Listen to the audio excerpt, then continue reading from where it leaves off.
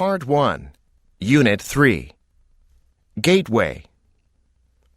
On August 12, 1994, Major League Baseball players went on strike, bringing baseball to a halt for the rest of the season.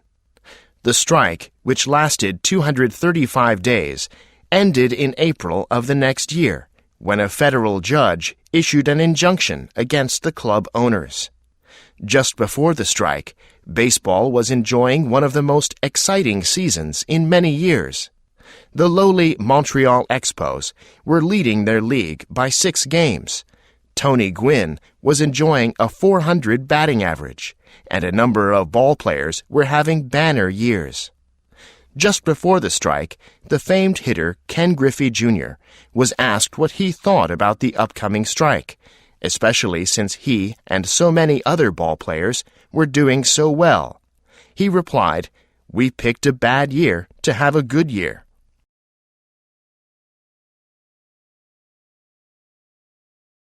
Exercise 1. If there is one recent change that stands out in student behavior, it is the decline in the willingness to read for extended periods of time. The reason is simply the competition reading faces. Until the mid-1980s, the only competition school really had was television. We still lived in a world that supported print literacy.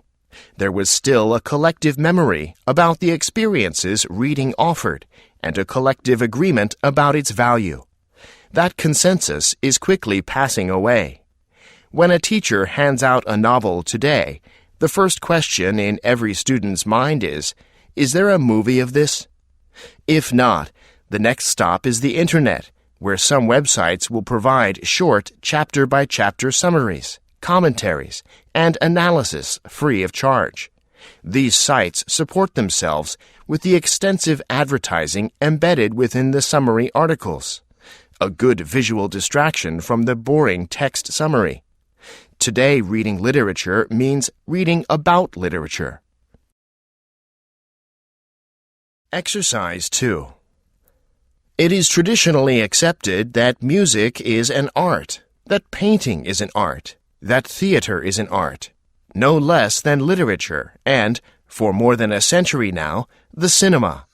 Why not cooking? Its essential function of providing nourishment has caused us to forget that, in the hands of a great cook, a meal is capable of touching us as a love song does, of giving us joy, occasionally even of moving us to anger.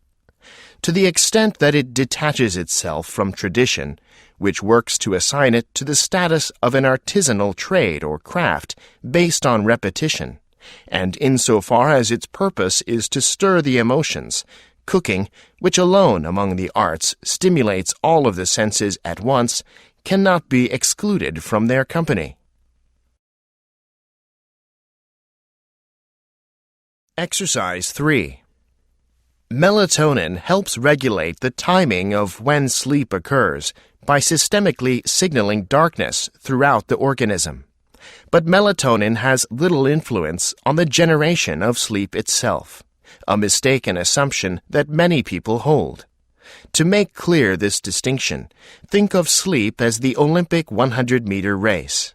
Melatonin is the voice of the timing official that says, "Runners, on your mark," and then fires the starting pistol that triggers the race.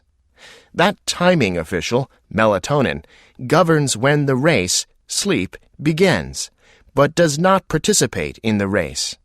In this analogy, the sprinters themselves are other brain regions and processes that actively generate sleep.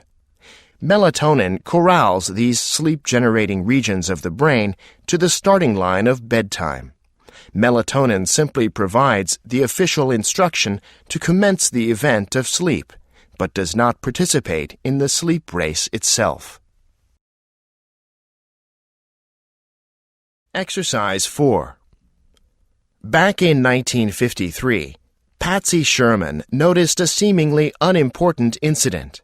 An assistant in her laboratory had spilled a few drops of an experimental chemical on her new trainers.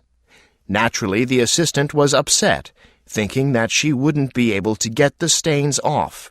Nothing worked, neither soap, alcohol, nor other solvents.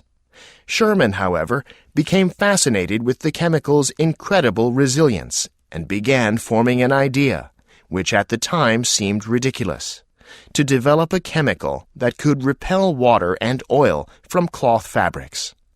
By 1956, Scotch Guard Protector was launched, and the brand has been the market leader ever since.